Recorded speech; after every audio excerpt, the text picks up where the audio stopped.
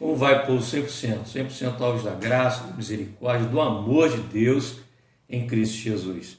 Irmãos, nessa noite de quinta-feira, eu quero te convidar para que nós possamos, através da palavra do Senhor, experimentarmos esse tratamento que só Ele pode dispensar às nossas vidas. Para isso, nós leremos os 3 últimos versículos do capítulo 4 da segunda carta de Paulo aos Coríntios. Consideraremos a inteireza desse capítulo no decorrer da nossa explanação. Diz assim a palavra do Senhor: por isso, não desanimamos. Pelo contrário, mesmo que o nosso homem exterior se corrompa, contudo, o nosso homem interior se renova de dia em dia, porque a nossa leve e momentânea tribulação produz para nós o eterno peso de glória, acima de toda a comparação, não atentando nós nas coisas que se veem, mas nas que se não veem, porque as que se veem são temporais e as que se não veem são eternas. Oremos. Senhor nosso Deus, agora nesse instante, meu Pai, nós recorremos a Ti mais uma vez, que Tu venha nos abençoar, que Tu venha nos tratar, que Tu venha, Senhor, com a Tua palavra, abençoar as nossas vidas, os nossos corações. É a oração que nós fazemos, em nome de Jesus. Amém, Senhor. Irmãos, Paulo, escrevendo a carta aos Coríntios, ele trata a igreja sobre vários aspectos, e agora, no capítulo 4, ele fala sobre como nós devemos encarar, como nós devemos enfrentar os momentos difíceis, dando o seu próprio exemplo de vida, o seu próprio testemunho, como ele enfrentava as adversidades, que eram grandes, que eram severas. E ele mesmo fala que por vezes se sentiu oprimido, muitas vezes sentiu o coração apertado, assim como eu sinto você também diante das adversidades. Paulo não era diferente de nós. Afinal de contas, somos todos, irmãos, a mesma natureza. A nossa estrutura é a mesma, não é? E diante das dificuldades, nós sofremos. Diante das dificuldades, nós nos percebemos, então, fragilizados. E é disso que nós queremos falar essa noite. O nosso tema é esse, a fragilidade humana e o operar poderoso da graça de Deus em Cristo Jesus, em favor da minha vida e da tua.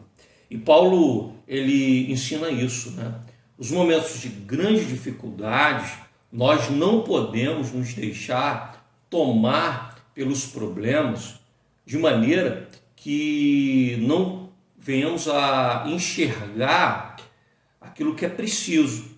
Os nossos olhos não podem ficar ofuscados pelos problemas.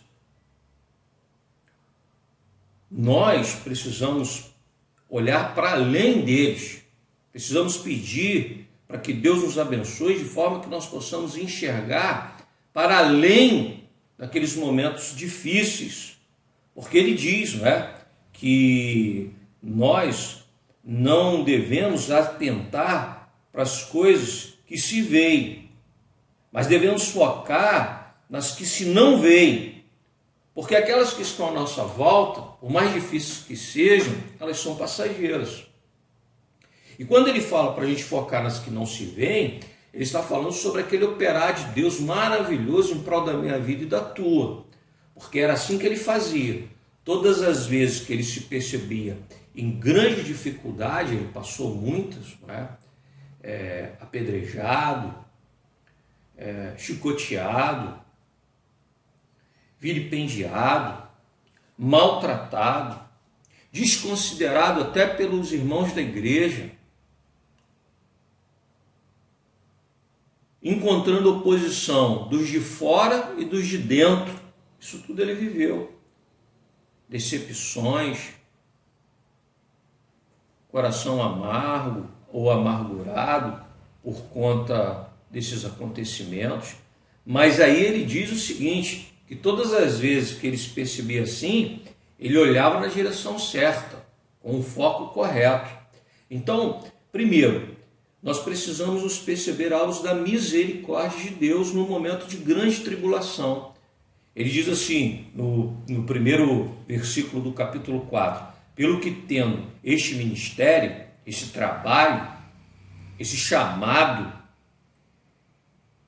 que é um chamado a realizar, um chamado para fazer, para operar em prol dos outros. Esse trabalho precisa continuar, ele precisa avançar. Mas quando nós estamos passando por grande dificuldade, como iremos dar conta disso? Aí ele diz, esse ministério, esse trabalho, esse operar, ele se dá segundo a misericórdia de Deus para conosco. E por isso nós não desfalecemos. Ou seja, se não desfalecemos, irmãos, não é pela nossa força interior, pela nossa capacidade de resiliência. Não. É pela misericórdia de Deus. É Ele que vai lá e nos socorre. É Ele que estende a mão e nos toca. Se você continuar olhando para a tua força, para a tua condição, você vai desfalecendo, porque você não vai encontrar em si mesmo forças para resistir, para continuar, para avançar. Porque não há força de resiliência no meu coração capaz de enfrentar certas adversidades que se apresentam diante de mim. Não é com a força humana, não é com a condição do André que irei enfrentar essas adversidades sem experimentar prejuízo que seja fatal. Ele diz, se não desfalecemos, não nos desfalecemos por conta dessa misericórdia de Deus para conosco. E ele diz que é esse operar em mim e você que nos dá força para nós rejeitarmos as coisas que são vergonhosas.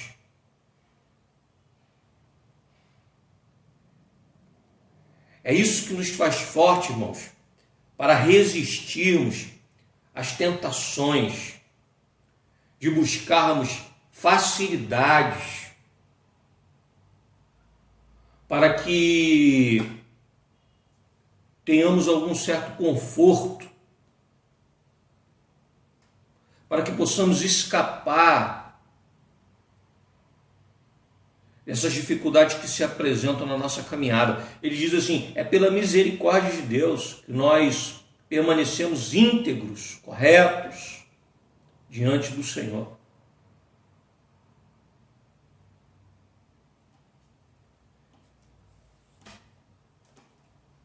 É interessante a gente perceber também que nesses momentos de dificuldade, o que define não é a minha estrutura, a minha condição, aquilo que eu sou feito, e você também.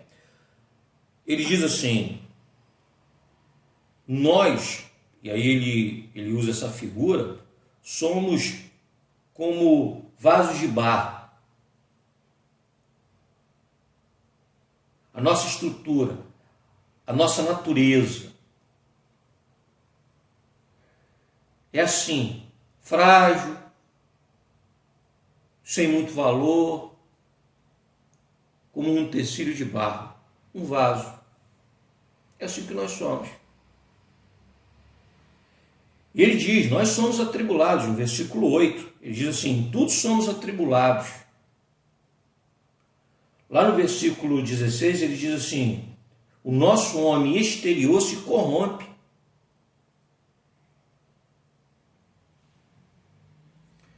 Se corrompe em que sentido?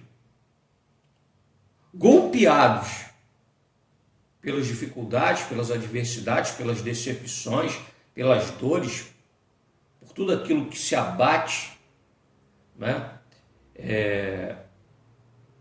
Tudo aquilo que rouba o nosso vigor, o nosso homem exterior sente.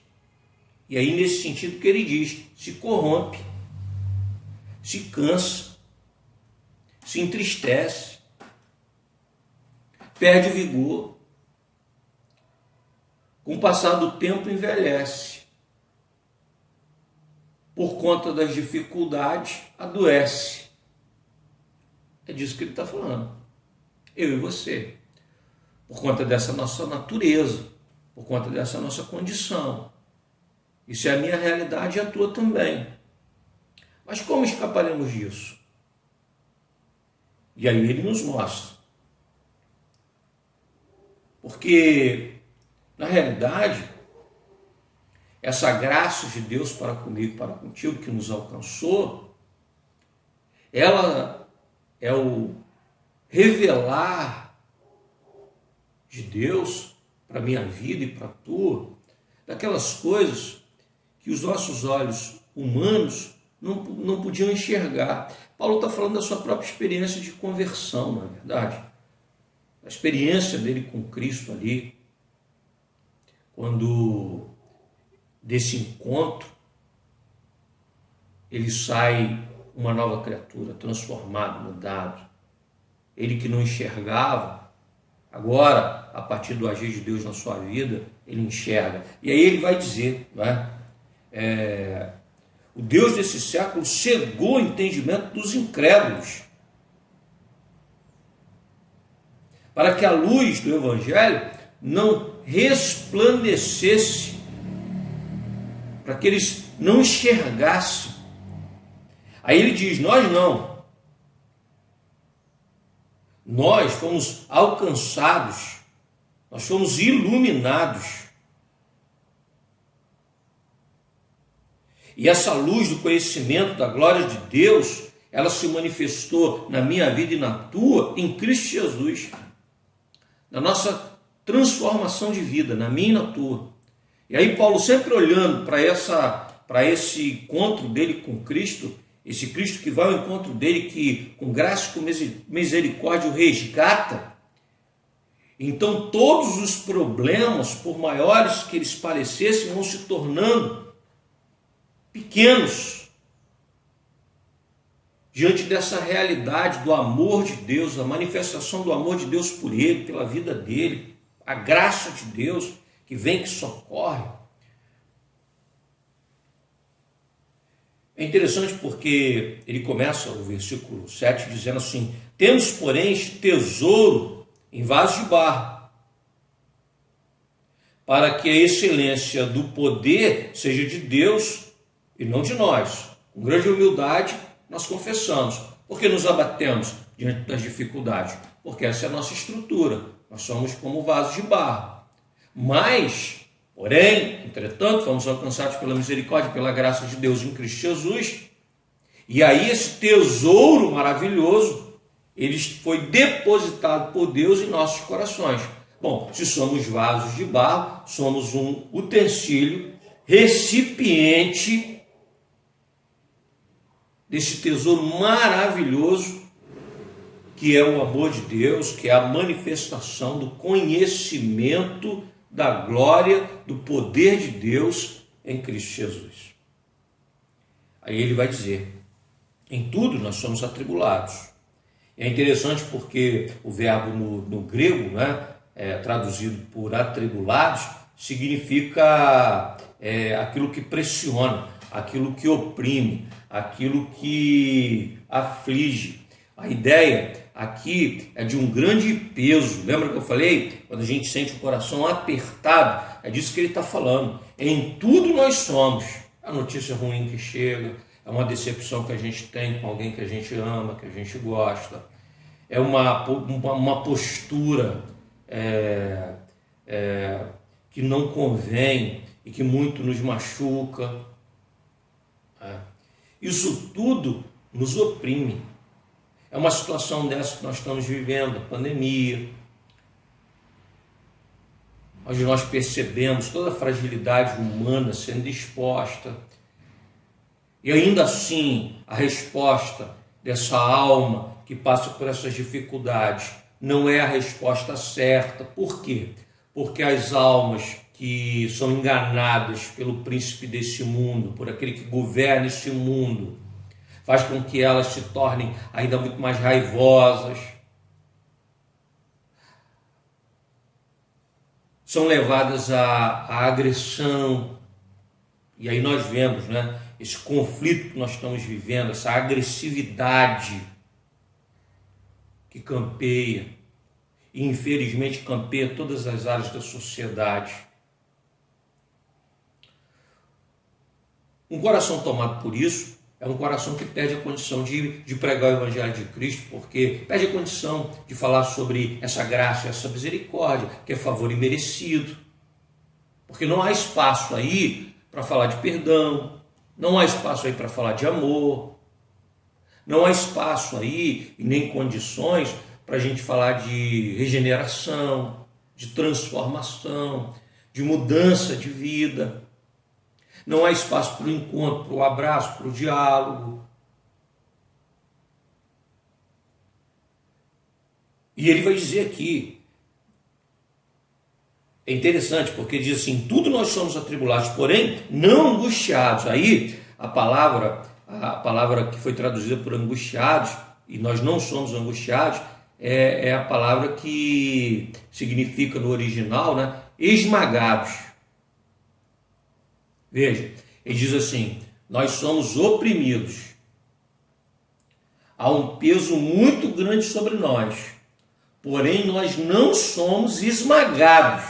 Esse peso não nos esmaga definitivamente.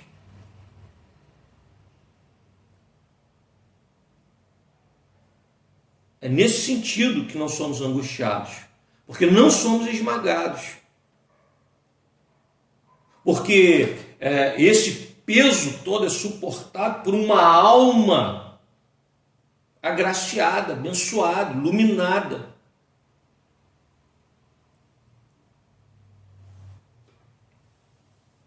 E aí ele continua dizendo, né?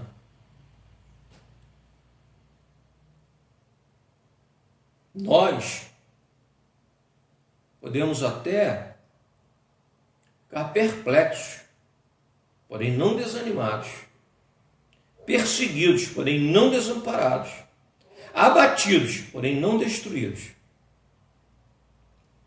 Ele vai dizer o seguinte, tudo isso que nós estamos experimentando nesse momento, eu e você, se você olha para o teu coração e se percebe assim, afligido, se dá por conta da nossa natureza.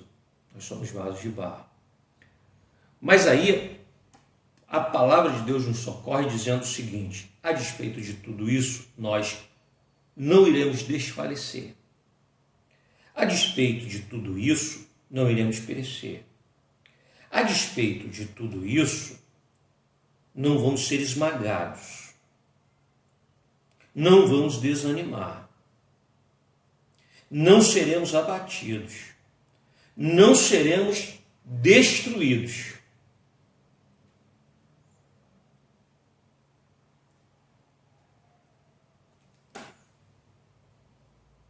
Por isso ele termina dizendo, não desanimamos, pelo contrário, mesmo que o nosso homem exterior sofra prejuízo, mesmo que o nosso corpo adoeça, envelheça, contudo, o nosso homem interior se renova dia em dia. Porque a nossa leve e momentânea tribulação produz para nós eterno peso de glória, acima de toda comparação. Ou seja, tudo que você está vivendo agora, tudo que eu vivo agora, é leve. Perto desse peso de glória, do amor de Deus, para com a minha vida, para com a tua, desse cuidado maravilhoso do Senhor para conosco. E isso fez com que Paulo se tornasse o ministro que ele se tornou. Não porque houve para ele facilidade, não porque ele buscou conforto, não porque ele não sofresse tribulações, não que ele não fosse oprimido. Tudo isso ele experimentou. Mas porque, na verdade, ele se alimentou e alimentou a sua alma de tudo isso, que é tesouro inestimável colocado por Deus no seu coração, no meu e no teu também, que é a graça e a misericórdia de Deus que nos é revelada na face de Cristo por intermédio do Evangelho da Salvação. O mundo não pode nos mudar, não pode esmagar aquilo de precioso que há em mim, que há em você. Não pode matar, não pode destruir, não pode desanimar, porque aquilo que há de precioso em nosso coração, esse tesouro inestimável, é que faz de mim e de você quem de fato nós somos. É aquilo que fez de Paulo quem de fato ele era: ministro do Evangelho de Cristo, servo do Deus vivo. Eu e você. Por isso as coisas, independente das circunstâncias, para nós, naquilo que importa, elas não mudam e nem variam. Aquilo que importa tem peso de eternidade. Aquilo que passa, isso tudo ficará. E, portanto, não pode destruir aquilo que há em mim, aquilo que há em você, de mais precioso. Primeiro, a certeza de que Deus está conosco. Independente das circunstâncias, é Ele que cuida da minha vida, é Ele quem cuida da tua vida. É Ele que nos ampara. Segundo, quando tudo aqui passar e fecharmos os olhos para essa realidade, abriremos os olhos para a eternidade. Por isso ele diz: não atentando nós nas coisas que se veem, mas nas que se não veem, porque as que se veem são temporais, elas passam, são efêmeras, e as que se não veem são eternas. Quem poderá apagar a chama que há no meu coração e no teu, chamada amor?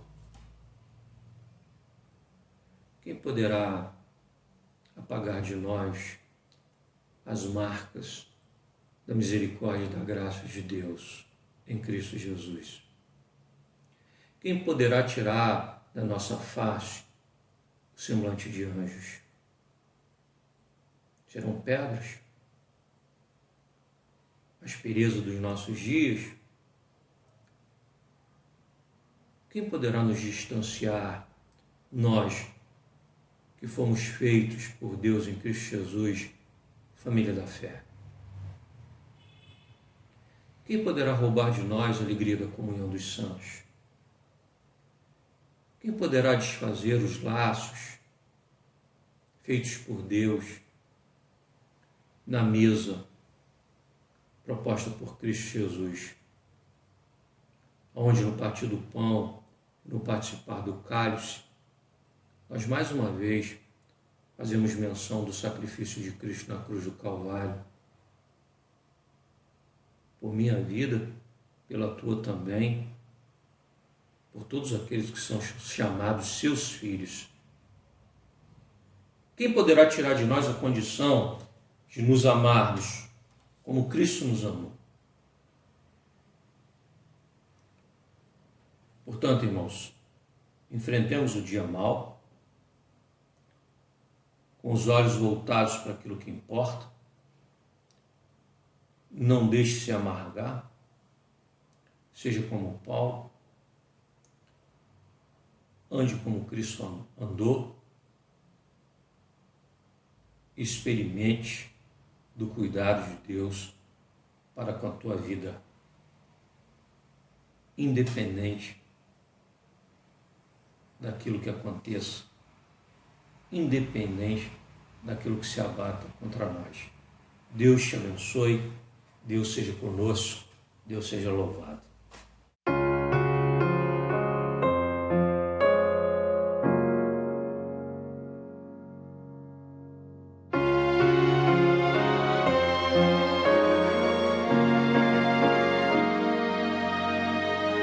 Soberano, Ele é meu filho.